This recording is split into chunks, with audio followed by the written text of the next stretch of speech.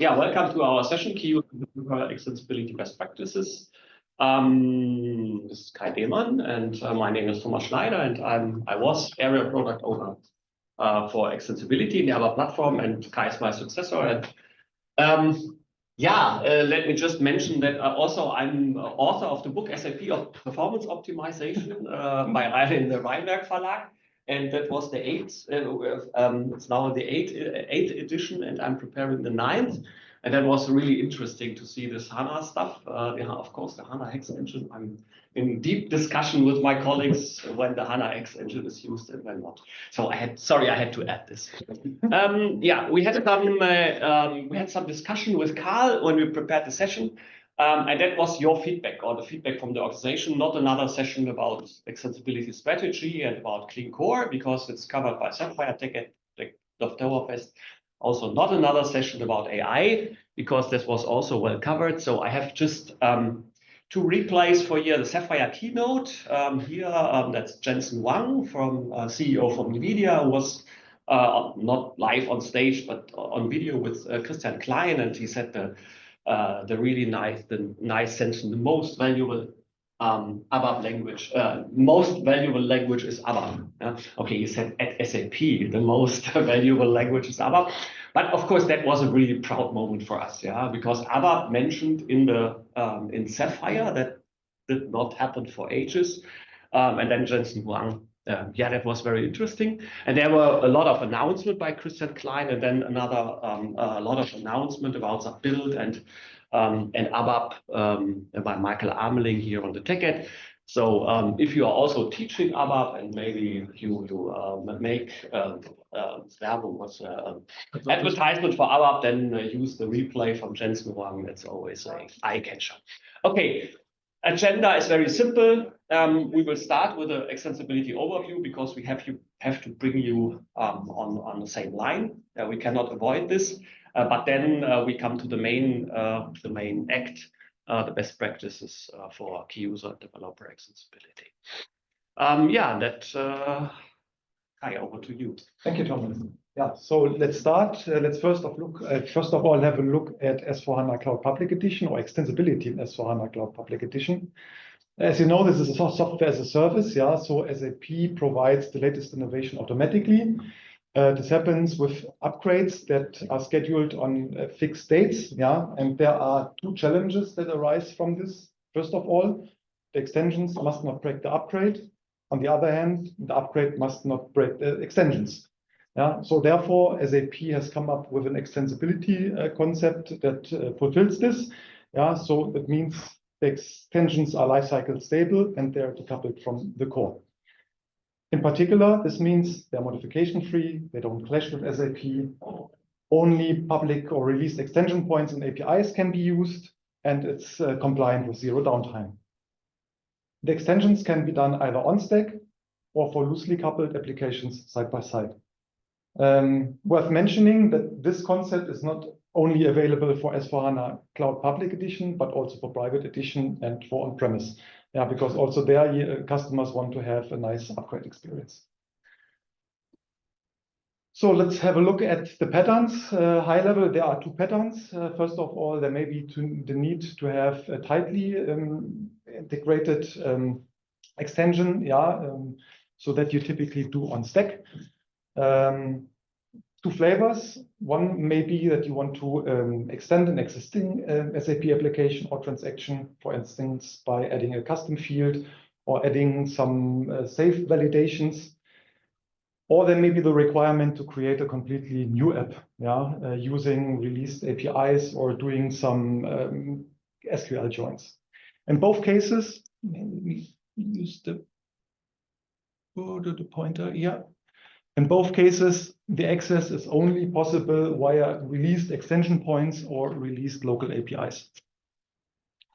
For loosely coupled applications, you may choose the side-by-side extension on the SAP Business Technology platform. In this case, the integration with S/4HANA Cloud or with S/4HANA is done via remote APIs or events. Again, here, the remote APIs are either released ones or the ones that you provide yourself as part of your custom code. Now, what tools can you use? There are two types of tools, low code and pro code. Low code is basically form-based WYSIWYG, yeah, so easy to use. And pro code is mainly, I would say, text-based. Yeah. So if we have a look now again at the on-stack extensibility, what is there? The low code offering, there we have the key user extensibility as part of the ABAP Cloud development approach. And in pro code, we have the developer extensibility, yeah, where you then use ABAP development tools. For side-by-side extensibility, we have as low-code tools subbuilt apps, process automation, and subbuilt workzone. And as for pro code offering, if you're heading for non-ABAP based side-by-side extensions, you could choose subbuilt code with the cloud application programming model. If you're heading for side-by-side extensions using ABAP, you can use the SAP BTP ABAP environment. Yeah, also again following the ABAP Cloud development model. If you are on-premise or private cloud customer, you still also have the option of the classic extensibility. So a full feature set, but again here it's a problem again with the upgrade stability. Yeah, so but the option is available. Here we have compiled, I would say, an algorithm how you can identify if you should head for a side-by-side extension or on-stack extension. We will not go into the detail in this session, yeah, because side-by-side, that's not part or the focus of the session. What we are focusing on is key user versus developer extensibility. So mainly we will focus on here when to use what. Yeah, we have to step in. We are already wrong because what we've seen in the keynote, we had cut even consumer grade apps on stack ABAP developer extensibility, which is normally our algorithm would lead to side by side. But you have seen in the keynote, yeah, you can also build, of course, consumer grade apps with ABAP, yeah. Okay, sorry to interrupt you. Yeah. I think, okay. Yeah, so it's my turn. I will take a seat. When S4 was launched 10 years ago, we identified two types of persona who are doing extensibility, the developer. Okay, you all know what a developer is. Don't have to talk about developers. But then we have the key user that was mainly also driven by other cloud providers, yeah, where they have a web-based key user business experts in their LOBs, implementation consultants who are also doing extensibility. So we came up with two completely different sets of tools for developer and for key user extensibility. You all know this here, the ABAP in Eclipse, yeah, which is now really ready for prime time since the launch of Steampunk. We have integrated everything that you need for modern ABAP development into ADT. And then we have the low-code, no-code tools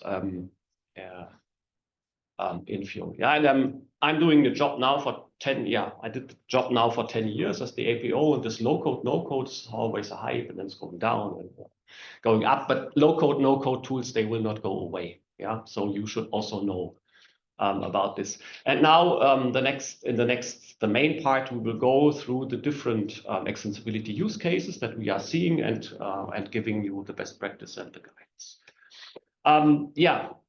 That opens now the main part of our story. So the first is the UI adaptation project. UI adaptation is possible in the key user tool directly in FLP, and it's also in the Business Application Studio.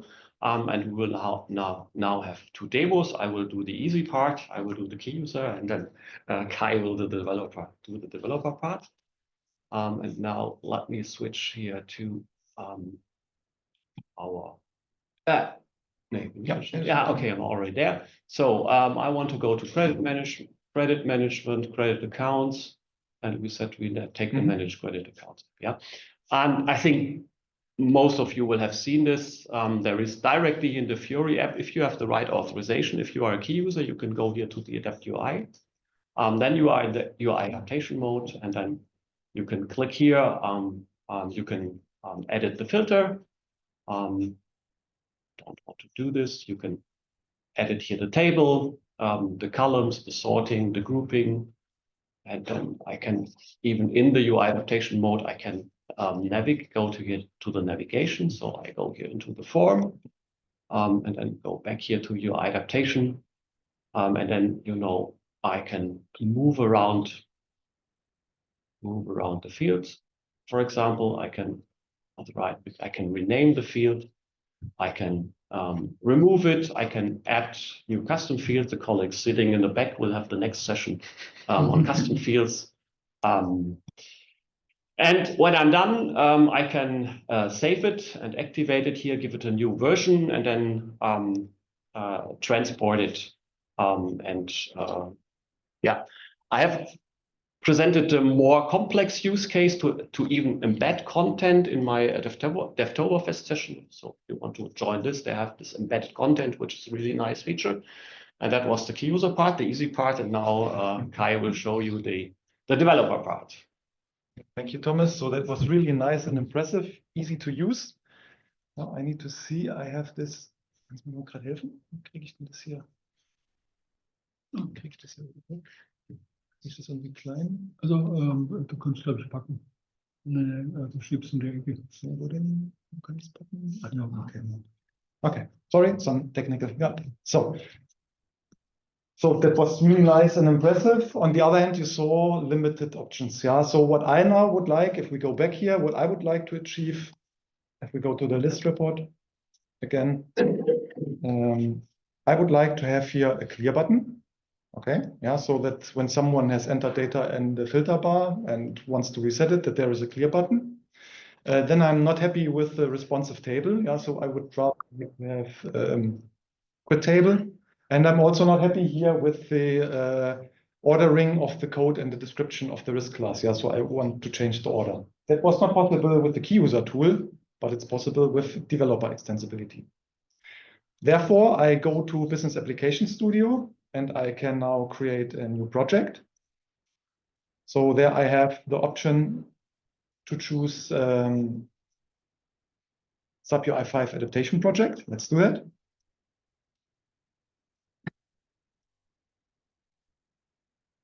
So it will suggest a project name and ask me for an application title. Let's call that Manage Credit Accounts Demo. Yeah, next. And now I need to choose the system that I shall connect. Yeah, here I choose an S4HANA Cloud Public Edition system. Okay.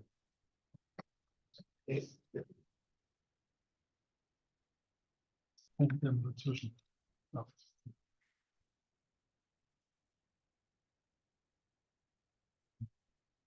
Yeah, so now I've chosen an S4HANA Cloud Public Edition system. Yeah, and you also see here by default, it's a cloud ready project, which means the extension or the adaptation project that I now will create is upgrade stable. On the other hand, now I need to choose the application that I want to enhance, and that's the managed credit accounts. Here I just see the list of applications that have been released for extensibility, because remember at the beginning, only released extension points. Yeah.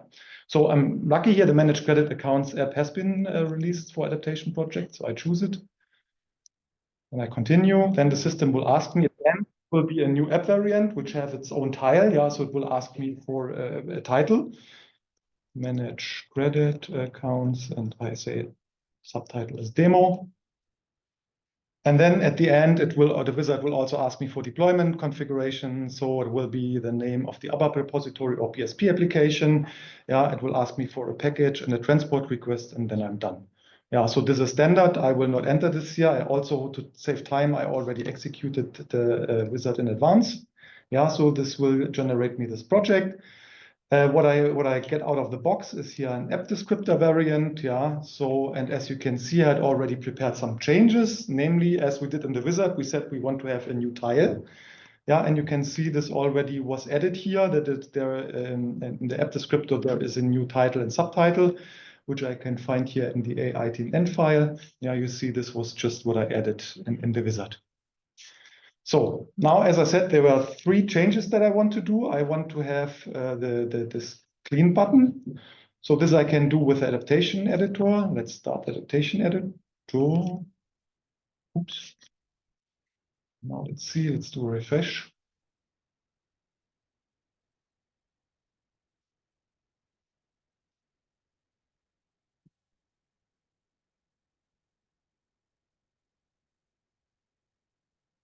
Wow, that's a pity. Okay, then I'm sorry for that. Then that worked yesterday when we practiced the session. So unfortunately, I now have to switch to a recording.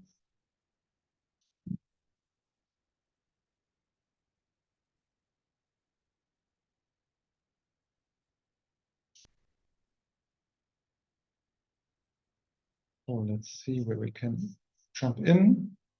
I'm really sorry about that.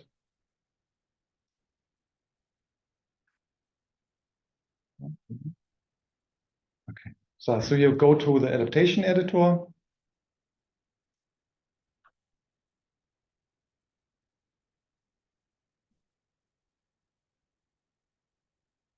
Yeah, and then you can select the smart filter bar. And then you see that you get here the option to enable the clear button. Yeah, so let's do that. Yeah, see, it was added. I can save it. So that was the first easy, or again here, although it's a Procode tool, it was easy to solve. Yeah. Now the next step, as I said, I want to change from a responsive table to the grid table. So therefore, I have to enhance the app descriptor. Yeah, and you add 2 lines of code. Yeah, for instance, the one is that you change here the table setting to a table type or to grid table. Yeah, and then I want to have this condensed. Yeah, so I say the layout should be condensed layout should be true. So when this is done, I can go back here. The system will recognize that changes are there. I can reload. Bam. If I execute the search again, you will see that now I have a grid table. Nice. Okay, last step, I want to change the order of the code and the description for the risk class. So therefore, I need to create a new local annotation file. I have to choose the service. So here is just one service in the project, and then I create a new empty annotation file.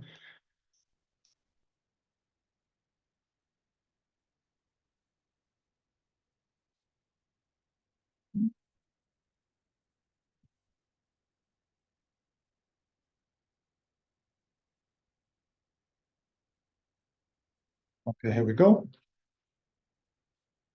I just pause, yeah. And now what I did here, I added one annotation, namely for the credit risk class field, that the text arrangement should change to text first.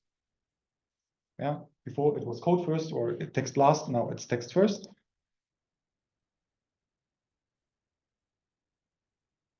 Now I go back. When you go back to the adaptation editor and reload, you will then see if I execute the search again. And voila. You see the order of text and code was changed. So let's go back.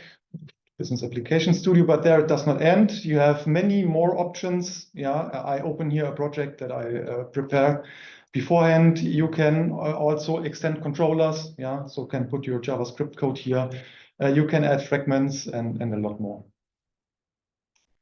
So then coming back to the presentation. Yeah, go back. I think the extensibility story is really the most striking argument for switching to Fiori, yeah, because this is another game. As you have seen, you can basically, especially with a modern, with a new, especially RAP-based and Fiori elements-based Fiori UIs, you can do almost everything in a life cycle. Even that was our demo system is public cloud. Yeah, that's even possible in public cloud, like completely life cycle stable. Yeah, the upgrade is just running, and of course you also benefit there in private cloud on-premise. Yeah, that you don't have to rework this. So that is really a game changer. Yeah, yeah, exactly. Now. And now a question for you. We want to give some guidance when to use what. Yeah. So as you saw, the key user adaptation was really easy to use. So if you can implement your requirements with the key user adaptation, just do it. Yeah. So if the scope is sufficient, go for it. If it's not sufficient, like in my case, then use the adaptation project. Keep in mind, in the public cloud, you have it enabled for developer extensibility. So this will be upgrade stable, but you can only do the extensions for released UIs that are released for extension. If you are on-premise, you also can do this, but this follows the classic extensibility approach. So these UIs are not. These are, let's say, 98% lifecycle stable. They are not 100%. So in public cloud, they are really 100% lifecycle stable. In private, because you have in private cloud and on-premise, you have a much broader scope. There is a small risk, but of course, it's much easier to maintain this than modification in the old process. Okay, so it's my turn, right? Yep. Yeah, extension fields. I don't want to say much because the guys sitting in the back will talk another three quarters of an hour about custom fields. I have also recorded the Devtoberfest session. Here the guidance. Our clear guidance is also here. If the scope is fulfilled by the key user extensibility by the custom fields app, that will be shown by the colleagues, then go for it. Yeah. Next would be to go for ADT, for ABAP for cloud development. And then, of course, still you need the old tools if you are, for example, in this area that we have seen in the keynote, yeah, where there is no ABAP Cloud enablement yet, then you still need the old stuff. So then the next one, custom logic. Yeah, also custom logic you can implement mainly with bodies, but also with BDEV extension. Yeah, the ABAP extensibility. You can do this with developer and key user tools. And here the guide is very simple. Yeah, if you're a developer, do it with developer extensibility. If you're a key user, do it with key user extensibility. Here, for you as a developer, there is no benefit of doing it with the key user editor because it is not simpler. Yeah, in the other examples, UI and custom fields, there the key user extensibility is much simpler. The functional scope of ABAP for key users is always smaller than ABAP for cloud development in this area. Then that's now an ugly point that I have to tell you, because there are still they are still bodies that are released for key user extensibility, but not for developer extensibility. Yeah, please open the influence request. Yeah, the application development is advised to release them. Yeah, we have the parity principle. Yeah, but of course, there's always time and budget. Yeah, we have a huge amount of bodies and there is some testing ongoing, but they are advised to release them also, or to give you a better solution. Yeah, sometimes they say, okay, this is a body for key user, here for developer extensibility, we have a more powerful one. That could be also the case. Yeah, but we have this parity principle that everything that must also be released or have a better solution. Same as for CDS view and all this stuff. This comment comes now several times. Then we go to business objects. And for business objects, we have again a demo. Let me start with a custom business object. Again, I will do the easy part and play the role of a key user. And I go here to extensibility. Custom business object. Okay, they are also quite some time on the market, so they are not very new, but I will show them because it is our intention to give you a feeling how key user tools and how developer tools work. Consulting team 1, 8. And now I'm in form-based editor and I want to now create a new business object. So the first thing is that here I have the option to generate a user interface. Yeah, that will generate a user interface. And of course, no data service for me. I have also several options here to say, okay, that could be associated. I want to have change documents. I want to have data access management for data privacy reasons. So this I can click on and I go to fields, and here I have already some fields already pre-filled. I want to create a new field. I want to give team a name. And I have text 20, which is absolutely okay. And then I will move it to the top. And then I want to just one other field, that is the team lead. And here I choose association to another business object. And you know, in S4, the employee is not an employee, but it's a workforce person. Yeah, the employee is managed workforce. So I have to know that an employee is a workforce person. And that gives me now the value help for this one. And here in this case, it includes also the data privacy stuff. Yeah, already it's not mentioned in the documentation. Yeah, it's a bit because we cannot guarantee this, but you get also the support for data privacy. So I would stop. So I want to have a new node. Create a new node. The team has, of course, members, and now I really want to stop it because now I can create a node, and then I have now the team members. Yeah, I've prepared this a bit. So in the end, I have to save it and to publish it, but I have prepared it a bit because it takes some minutes to generate, especially to adapt all the UI stuff, invalidate all the caches, and so on. So I prepared a bit. There should be a consulting team. This is my app. So this is the final app. You can see the name, the lead, the description. I've created already one. I want to create another one. That would be Waldorf 2. And the lead, as you would expect, there is a value help, and I can add myself. Press now. Great. Yeah. So then, Kai, it's your turn to do it with developer extensibility. Thank you, Thomas. Again, that was quite impressive, and I think everyone can use it. So that was really easy. So now let's see how easy this is and what I need to do as a developer. So of course, I cannot see it. There we go. Yeah. So as a developer, I mean, at the end, everything starts with the database table. Yeah. So now I'm in ABAP Development Tools for Eclipse. And the first thing that I need to do is I need to create a database table for my consulting team. Yeah. So I already prepared this. Again, we have here a name, we have a lead, we have a description. I also added the administrative data. Unfortunately, I don't have here a support that this is there out of the box. You just had one click and got this field. I have to do this myself. So now the database table, of course, now I need my business object. I need the UI service like you did with 2 clicks. For me, it's a little bit more clicks. So I need now or have the possibility to generate all those objects. Yeah, so I can start here a wizard and say, okay, I want to have a data UI service, which will then say, okay, it will generate the CDS views, it will generate the behavior definition implementation, and so on and so forth. Yeah, and I continue. I need to choose a package, and there I will choose set ABAPConf team. Yeah, next.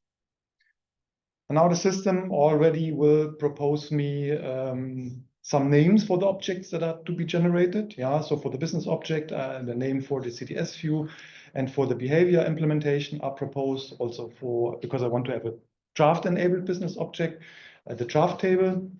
Also for the projection layer, it will provide a name for the CDS view and for the behavior implementation. And also then at the end, I want to have a business service. Yeah. So the name of the service definition and service binding. I continue. I'm happy with the name, so I keep everything as is. Here I then can still have a look what at the end will be generated. Yeah. Then as always, I choose a transport request and then I would be done. Again, to save time, I already prepared this. Yeah, so this is how it looks like. You have here your behavior implementation. Here is the draft table. You have all the CDS views, the behavior definition, and at the end you have the service definition and service binding. Yeah, so let's have a look. Service binding. Here I can do then a preview.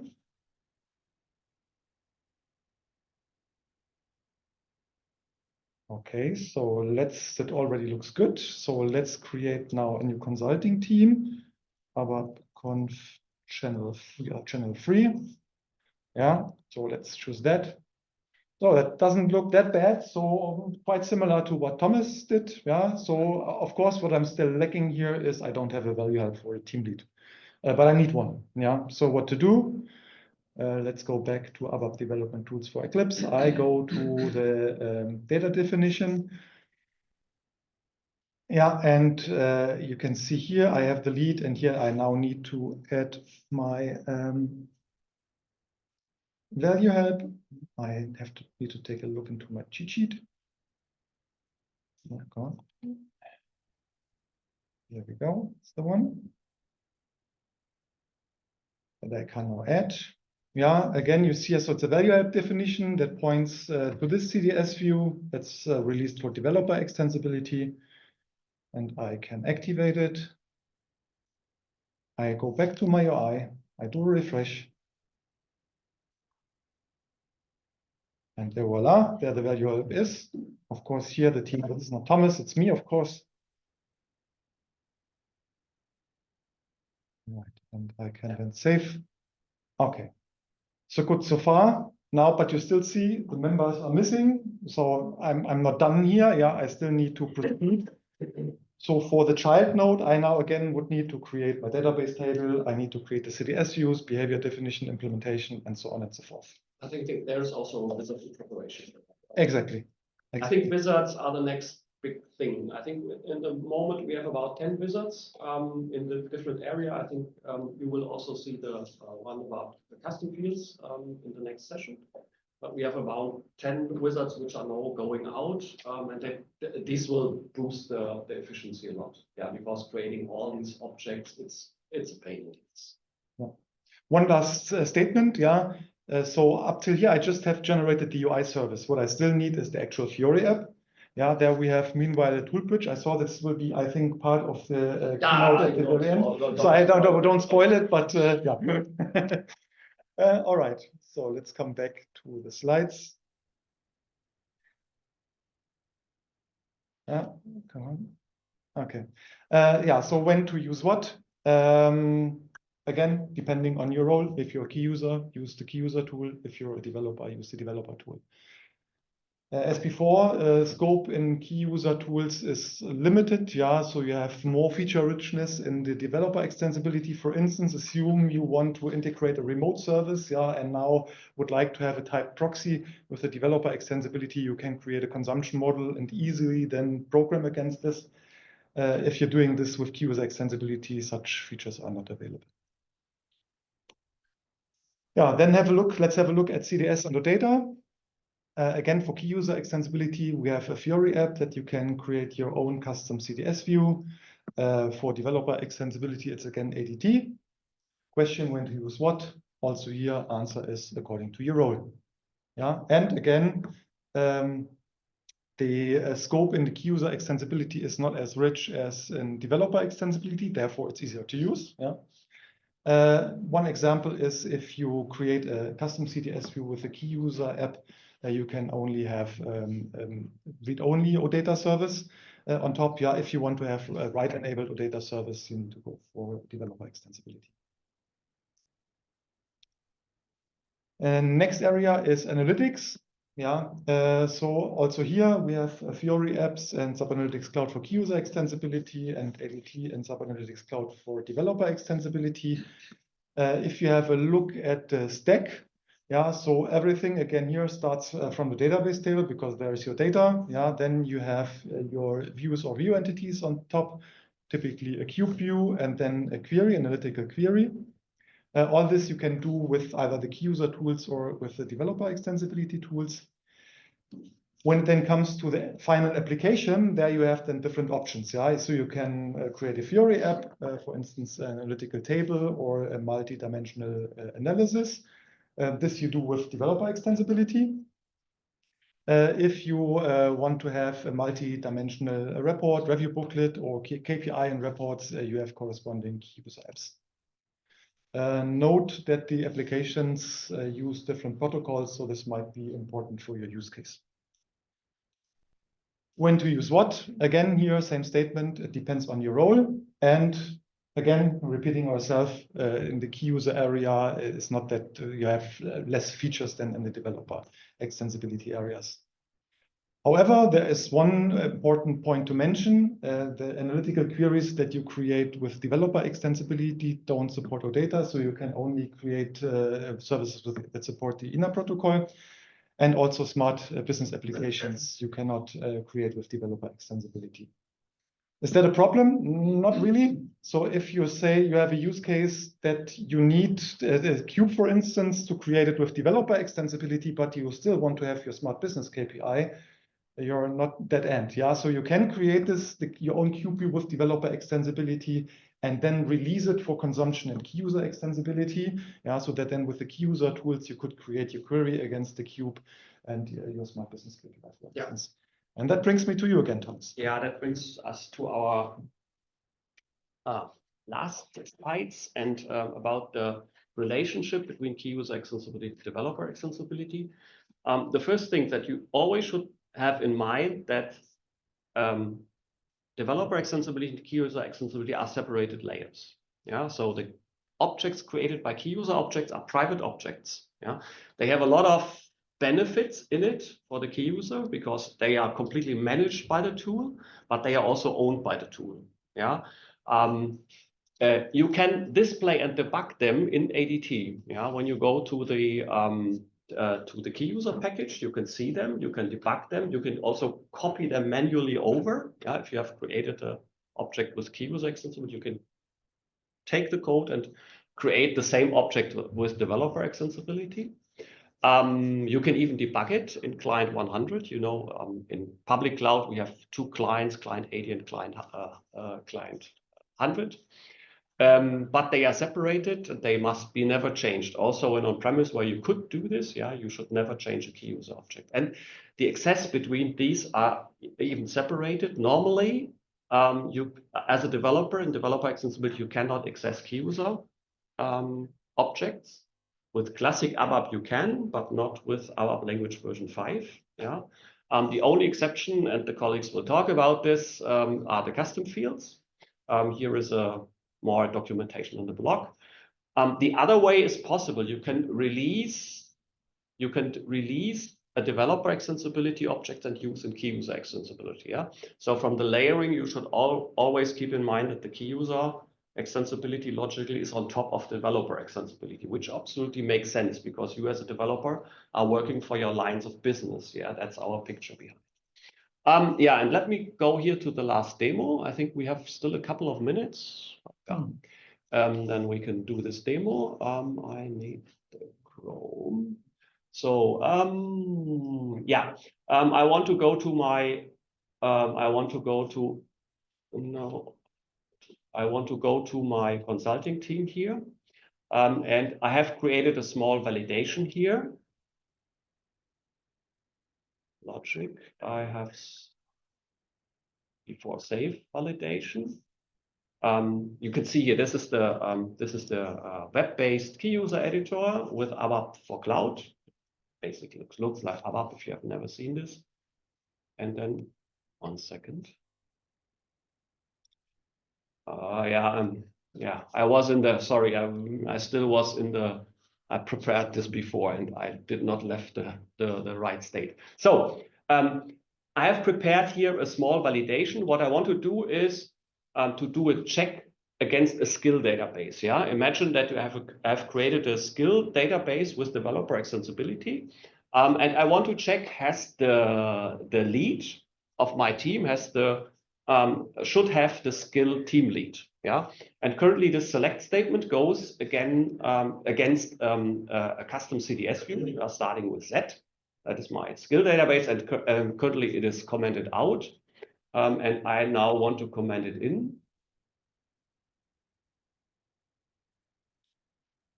And you see here the error message, the use of CDS entities is not permitted. Yeah, as mentioned, we have two layers, yeah, the key user layer and developer layer, and first they do nothing, they cannot access each other.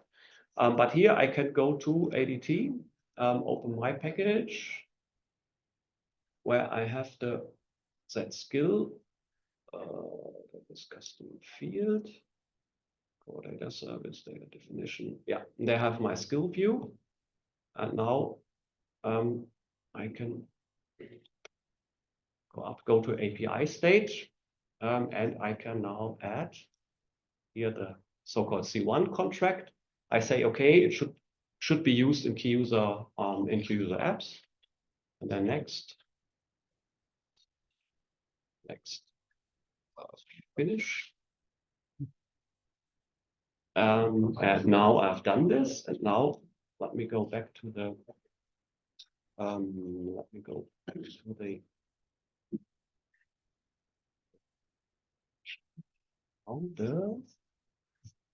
second.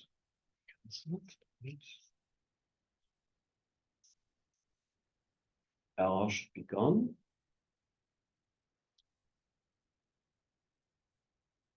Yeah, the error is gone. Yeah, now I can use it because I've released it. I save it, publish. And then let me give it a second. Okay, push this now. Yeah. So and now I go to my consulting team and will create a new team. That and I say, okay, Kai should be delete. Hey.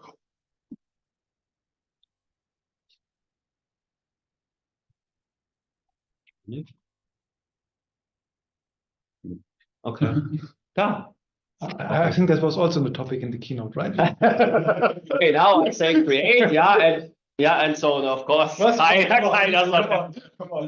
does not have any consent. Oh, you have it. Oh my God.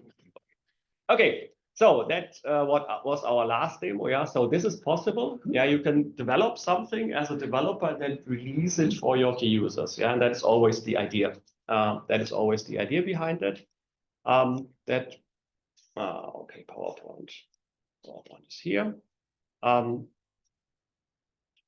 So basically, that is what you have always keep in mind. Yeah. So the first one is don't open this influence ticket and say, okay, we want to have this in key user extensibility, this in key user. So we want to have everything in key user extensibility, what we have in developer extensibility. That will not happen. Yeah, because to implement something in key user in our key user tools is much more work than implementing for developers. And in the end, with a form-based editor, you cannot put every feature in it. Yeah, that's the first one, and the second one is have here two combination. So people are coming in for the next session. Last is the guidance for partners. Key user extensibility objects are not supported in add-ons. So if you are a partner and want to create an add-on, you have to go to developer extensibility. Labs preview, our colleagues will talk about this. Custom fields, there is an extra. So that. Wie bitte? Zeitspätran sowieso springen, wenn man muss. Yeah, okay. Then, so the outlook would be if you are interested in the AI features, of course, AI will be the next topic. We'll integrate AI here, then go to our Devtober session and the TechEd session. The wrap up, yeah, I think we showed or gave you an idea how key user tools and how developer tools work, yeah, what their universes or where their sweet spots are.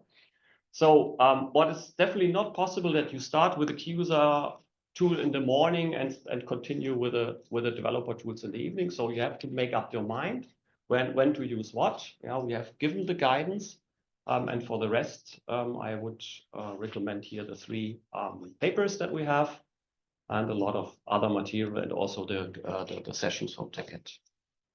Okay. Yeah, thanks, Thomas, and thanks to all of you. Thank you.